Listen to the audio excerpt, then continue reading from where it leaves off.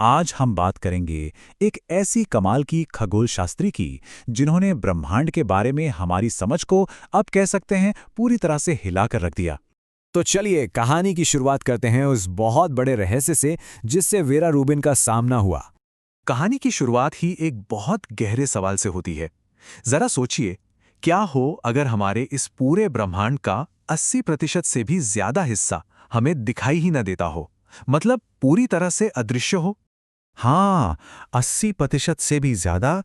Vera Rubin के काम ने ही पहली बार इस बात का पुख्ता सबूत दिया कि ब्रह्मांड में इतना सारा द्रव्यमान है जो हमें दिखता ही नहीं। ये आंकड़ा सच में दिमाग घुमा देने वाला है ना? और इसी अदृश्य चीज को आज हम जानते हैं डार्क मैटर के नाम से। और एक ही साइंटिस्ट थी, वेरा रूबिन, जिन्होंने अपनी लगन से इसे दुनिया के सामने लाया। लेकिन सुनिए, इस खोज तक का सफर बिल्कुल भी आसान नहीं था। उनके रास्ते में हर कदम पर दीवारें खड़ी थीं। वेरा रूबिन को बचपन से ही तारों से एक अलग ही लगाव था। वो अपनी खिड़की से ना घंटों बस आसमान को ताकती रहती थी।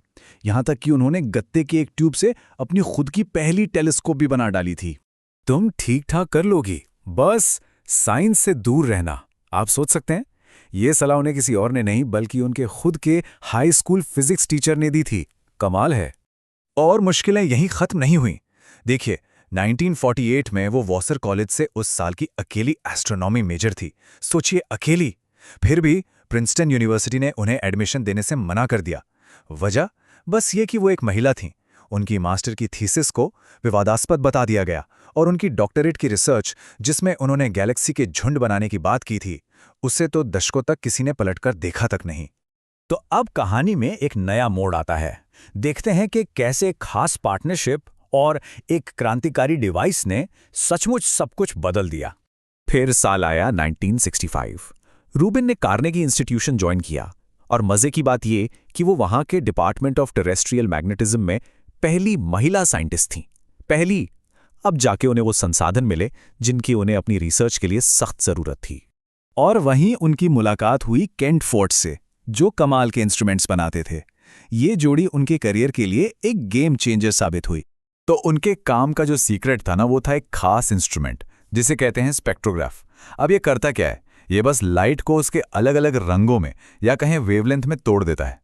इससे एस्ट्रोनॉमर्स दूर की चीजों की रफ्तार का पता लगा पाते हैं। और केंट फोर्ड का बनाया हुआ स्पेक्ट्रोग्राफ कोई मामूली मशीन नहीं थी। वो ब्रह्मांड के उस बड़े रहस्य को खोलने वाली चाबी थी। वो इतना ज्यादा सेंसिटिव था कि बहुत दूर की गैलेक्सी के किनारों से आने वाली हल्की सी, बिल्कुल धुंधली सी रोशनी को भी पकड़ लेता था। ऐसा पहले कभी कभी नहीं हुआ था।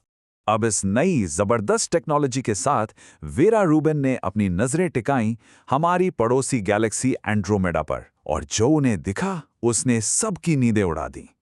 उन्होंने जिस चीज को मापा उसे गैलेक्सी रोटेशन कर्व कहते हैं। ये सुनने में थोड़ा टेक्निकल लगता है, पर असल में ये बस एक ग्राफ है। ये दिखाता है कि किसी गैलेक्सी के सेंटर से आप जैसे जैसे दूर जाते हैं, वहां मौजूद तारों की घूमने की स्पीड कैसे बदलती है। सिंपल। अब यहीं पर सारी कहानी पलट गई। देखिए, जो फिजिक्स के नियम कह रहे थे और जो वेरा रूबिन को असल में दिख रहा था, उसमें जमीन आसमान का अंतर था।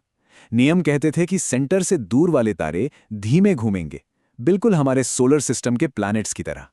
लेकिन रूबिन का डेटा वो कुछ और ही कहानी बता रहा था। उसने दिखाया कि दूर के तारे भी उतनी ही तेजी से घूम रहे थे जितने पास वाले।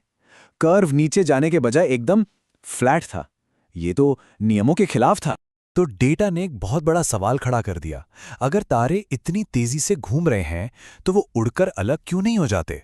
मतलब वो कौन सा अदृश्य गोंद था जो इन आकाशगंगाओं को बिखरने से रोके हुए था? इसका जवाब सिर्फ एक ही हो सकता था। वहां जरूर कोई अनदेखा पदार्थ, कोई अनदेखा द्रव्यमान था जो एक्स्ट्रा ग्रेविटी दे रहा था। और यही है डार्क मैटर। ये खोज अपने आप में क्रांतिकारी थी, बिल्कुल। लेकिन वेरा रूबिन की कहानी सिर्फ डार्क मैटर तक ही सीमित नहीं है। उनका प्रभाव इससे कहीं ज्यादा बड़ा था। वो सिर्फ एक साइंटिस्ट नहीं थी, बल्कि एक फाइटर भी थी। एक किस्सा सुनाता हूं। एक बार मशहूर पेलोमार ऑब्जर्वेटरी ने उन्हें वहां काम करने से मना कर दिया। और वजह जानते हैं क्या थी? कि वहां औरतों के लिए कोई टॉयलेट नहीं था। तो जानते हैं उन्होंने क्या किया? उन्होंने एक कागज से स्कर्ट बनाई और उसे जेंट्स टॉयलेट के दरवाजे पर बने सिंबल पर चिपका दिया। बस बन गया लेडीज टॉयलेट। ये छोटी सी हरकत ना उनके पूरे करियर की कहानी कहती है कि जहां औरतों के लिए जगह नहीं थी, वहां वो अपनी जगह बनाना जानती थीं। और वो सिर्फ अपने लिए नहीं लड़ी, वो आने वाली पीढ़ी के लिए एक रोल मॉडल बनी। वो हमेशा यंग साइंटिस्ट्स को, खासकर लड़कियों को, बहुत मेंटर करती थीं। कॉन्फ्रेंस में लड़ती थी कि महिला स्पीकर्स को भी मौका मिले। उनका एक बहुत मशहूर कोट है, वो कहती थी, दुनिया में आधे दिमाग तो औरतों के पास हैं। देखिए, उन्हें 1993 में नेशनल मेडल ऑफ साइंस मिला और आज चिली में एक बहुत बड़ी ऑब्जर्वेटरी का नाम वेरा सी रूबिन ऑब्जर्वेटरी है। ये उनकी विरासत है। उनके लिए ना ये अवार्ड्स और शोहरत कोई मायने नहीं रखते थे। उनकी फिलॉसफी बहुत साफ थी। जैसा वो खुद कहती थीं, छोटी मोटी बातों की वजह से किसी को खुद को रोकने मत दो। असली मजा, असली इनाम तो कुछ नया ढूंढ निकालने में है। तो वेरा रूबिन की पूरी जिंदगी हमें यही सिखाती है कि जब हम पुरानी सोच को चुनौती देते हैं, चाहे वो धरती पर हो या आसमान में, तो संभावनाओं का एक पूरा नया ब्रह्मांड हमारे लिए खुल जाता है।